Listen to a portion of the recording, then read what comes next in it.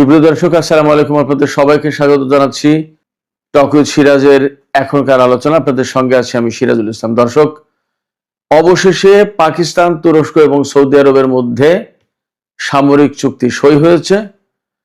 এই চুক্তি সই করার পর তুরস্ক বলেছে যে কোনো নির্দিষ্ট দেশকে লক্ষ্য করে এই সামরিক চুক্তি হয়নি, আর সৌদি আরব বলছে যে তিন দেশের মধ্যে নিরাপত্তা সহযোগিতাই হবে মূল লক্ষ্য। একই সাথে তুরস্ক জানিয়েছে ভবিষ্যতে আঞ্চলিক কোনো দেশ যদি এই জোটে যোগ দিতে চায় তারাও পারবে। সবচেয়ে বড় প্রশ্ন হয়ে দাঁড়িয়েছে, এই জোট মধ্যপ্রাচ্যে কি প্রভাব ফেলবে এবং দক্ষিণ এশিয়ায় কি ধরনের প্রভাব ফেলতে পারে, কারণ পাকিস্তান এই জোটে আছে। ভারত এই ব্যাপারে কি বলছে, এটি একটা গুরুত্বপূর্ণ বিষয়।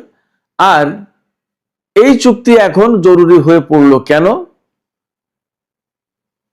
তিন দেশ যে চুক্তি করলো, তাহলে কি আমেরিকা এই মধ্যপ্রাচ্য অঞ্চলে যেভাবে নিরাপত্তা দিয়ে আসছিল সেই নিরাপত্তা কি এখন তারা দিতে পারছে না, অথবা আমেরিকার নিরাপত্তা ব্যবস্থার উপরে কি বিশেষ করে সৌদি আরবের আস্থা নেই? সুপ্রিয় দর্শক, এই প্রশ্নগুলো সামনে রেখেই আমরা আজকের ভিডিওতে আলোচনা করব। আশা করি শেষ পর্যন্ত আপনারা সবাই সঙ্গে থাকবেন, আর ভিডিও ভালো লাগলে লাইক, কমেন্ট, শেয়ার করবেন এবং চ্যানেলটি সাবস্ক্রাইব করে সাথেই থাকবেন। দর্শক, চলুন বিস্তারিত আলোচনায় যাই। বিস্তারিত আলোচনার শুরুতে কি একটা তথ্য দিয়ে দিই আপনাদেরকে।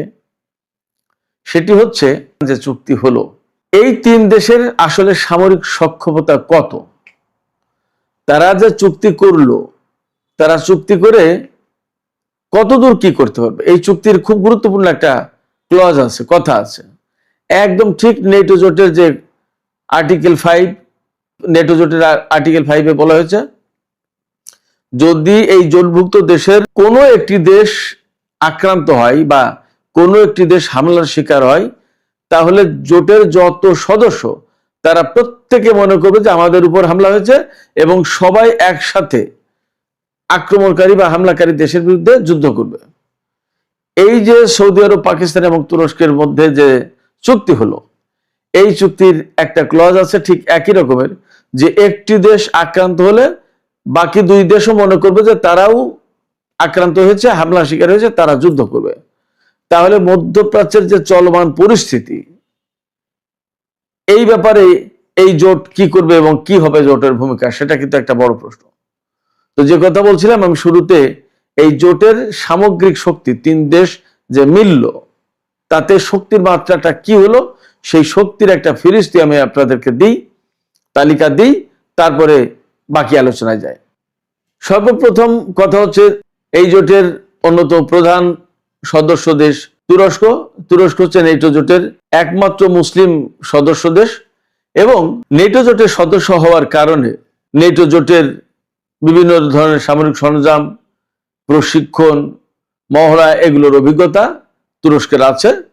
প্লাস তুরস্ক হচ্ছে নেটো জোটের অন্যতম বৃহত্তম সামরিক বাহিনীর অধিকারী। এই দুই দেশের মোট ভৌগোলিক যে সীমানা, এই তিন দেশের যে সীমানা, পাকিস্তান, তুরস্ক এবং সৌদি আরব, তিন দেশের যে আয়তন, তাতে 40 লাখ বর্গ কিলোমিটার। এই তিন দেশের হাতে রয়েছে 20 লাখ সামরিক বাহিনীর সদস্য, 7,000 ট্যাঙ্ক, 1,000 যুদ্ধ বিমান, 90,000 আর্মড ভেহিকেল, 170টি পারমাণবিক বোমার অধিকারী। বলা হচ্ছে সৌদি আরব এবং তুরস্ক খুব শিগগিরই F-35 যুদ্ধ বিমান পাবে। এছাড়া সৌদি আরব G20 সদস্য, ওপেকের চেয়ারম্যান হচ্ছে সৌদি আরব। এরপরে তিন দেশের যে সম্মিলিত অর্থনীতি, তার পরিমাণ হচ্ছে $3 ট্রিলিয়ন জিডিপি তিন দেশের।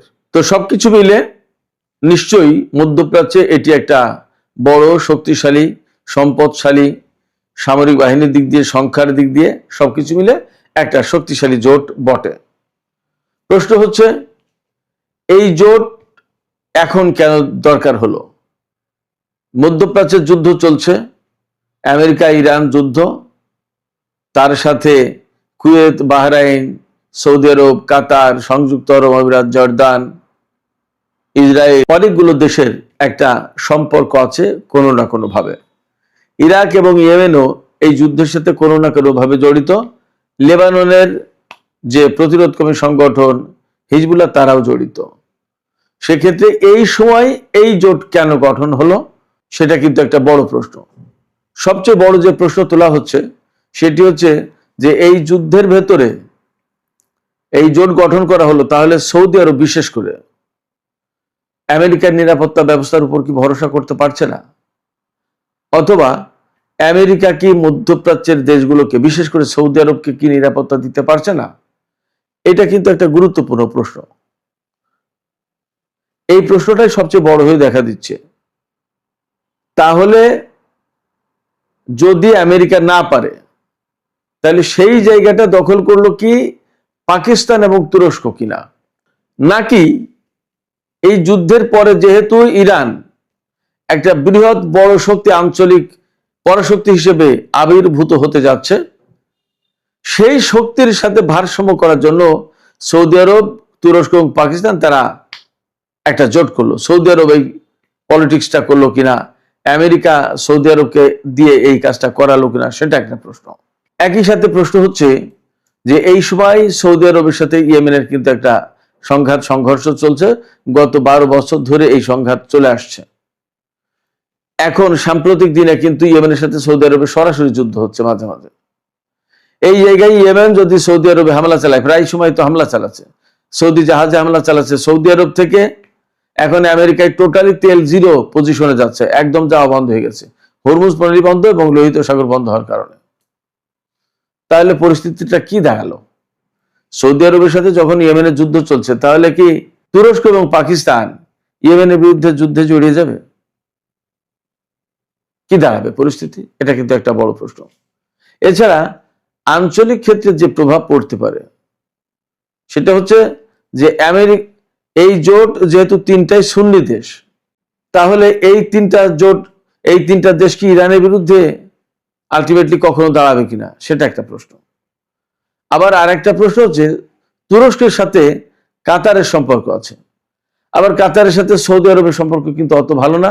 আপনারা সবাই জানেন যে 2017 সালে কাতারের উপরে কিন্তু সৌদি আরব, বাহরাইন, সংযুক্ত আরব আমিরাত এবং মিশর অবরোধ আরোপ করেছিল কাতারের উপরে।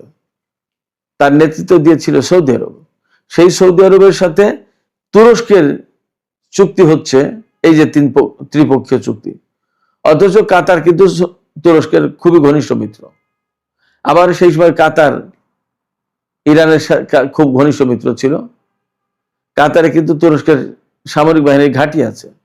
আবার সাংবাদিক জামাল খাশোগিকে হত্যার ব্যাপারে তুরস্কে সৌদি কনসুলেটে এই ঘটনা ঘটেছিল, জামাল খাশোগিকে হত্যা করা হয়েছিল। এবং যেহেতু তুরস্কে হয়েছিল, সেই সময় কিন্তু তুরস্কের সাথে সৌদি আরবের প্রচন্ড রকমের খারাপ সম্পর্ক ছিল, প্রচন্ড রকমের সম্পর্ক খারাপ হয়েছিল। সেই সম্পর্ক ওভারকাম করে এখন তুরস্ক, সৌদি আরব এবং পাকিস্তান এই যে জোট করছে, আসলে কেন, ব্যাপারটা কি? এত তিক্ততা বাদ রেখে এখন নতুন করে চুক্তির কারণ কি, জোটের কারণ কি? অনেকগুলো প্রশ্ন আছে। এবার শুধু সৌদি আরব নিরাপত্তার অভাব বোধ করছে এমনটি তো নয়। বাহরাইন থেকে, কাতার থেকে, কুয়েত থেকে, বিভিন্ন জায়গা থেকে কিন্তু এরই মধ্যে আমেরিকা যুদ্ধ বিমান, সেনা অনেক কিছু প্রত্যাহার করেছে। তাহলে সেই সমস্ত দেশের কি হবে? তারা কার সাথে জোট করবে এবং সেই সম্ভাব্য জোটের কি অবস্থা দাঁড়াবে? নাকি এই সমস্ত দেশে এই সৌদি জোটেই যুক্ত হবে? অনেক প্রশ্ন আছে। পাকিস্তান, তুরস্ক, সৌদি আরব সবাই বলছে যে সুনির্দিষ্ট কোনো দেশকে লক্ষ্য করে না, তবে এখানে পাকিস্তানের সবচেয়ে বেশি দায়িত্ব। যেহেতু পাকিস্তানের সাথে ইরানের সীমান্ত রয়েছে এবং ইরান আমেরিকা যুদ্ধের ব্যাপারে পাকিস্তান যেহেতু একদম ফ্রন্ট লাইনে থেকে কূটনৈতিক তৎপরতা চালিয়েছে এবং তার একটা বিরাট অবস্থান তৈরি হয়েছে, সেই জায়গা থেকে সৌদি আরব, তুরস্ক এদের ভেতরে ব্যালেন্স করার জন্য অবশ্যই পাকিস্তানের এখানে থাকার বা পাকিস্তানের এখানে থাকার বিশেষ গুরুত্ব আছে। এই জোটে পাকিস্তানের থাকার একটা বিশেষ গুরুত্ব বহন করে। এপাশে সোমালিয়াকে কেন্দ্র করে পাকিস্তান এবং তুরস্কের অবস্থান আছে। তাহলে সামগ্রিকভাবে মধ্যপ্রাচ্যে এটি কি ইসরায়েলের বিরুদ্ধে কোনো জোট হলো, নাকি ভারতের বিরুদ্ধেও জোট হলো, নাকি ইরানের বিরুদ্ধে জোট হলো, নাকি আসলে কি হবে? এটা কিন্তু অনেক প্রশ্ন। তবে ভারত বলেছে যে তারা গভীরভাবে পর্যবেক্ষণ করছে এই জোটের ব্যাপারটা। অবশ্য ভারতের কেউ কেউ এরই মধ্যে প্রতিক্রিয়া ব্যক্ত করে বলেছে যে বোকা নরেন্দ্র মোদী সরকার ইরান আমেরিকা ইসরায়েল যুদ্ধে ইসরায়েলকে সমর্থন করতে গিয়ে বা ইসরায়েলের পক্ষ নেয়ার কারণে এখন মধ্যপ্রাচ্যে বিরাট একটা বড় জোট, যারা আলটিমেটলি ভারতের বিরুদ্ধে অবস্থান নেবে, ভারতের বিরুদ্ধে কাজ করবে। কারণ তুরস্ক এবং পাকিস্তান দুই দেশের সাথেই ভারতের সম্পর্ক ভালো না। সেক্ষেত্রে এই জোট এমন একটা জোট তৈরি হলো, যদি ভারত পাকিস্তানের সাথে যুদ্ধ লাগে তাহলে কিন্তু আলটিমেটলি সৌদি আরব এবং তুরস্ক সেখানে ছুটে আসবে, দৌড়ে আসবে, তারা জড়িয়ে যাবে চুক্তি অনুযায়ী। তাহলে কি সেই সময় চীনও কি সেই সুবিধাটা নিয়ে ভারতের বিরুদ্ধে কোনো অ্যাকশনে যাবে? অনেক অনেক হিসাব নিকাশ আছে এই জোটটা করার মধ্য দিয়ে, এই জোটটা করার ভেতরে, জোটটা করার পরে।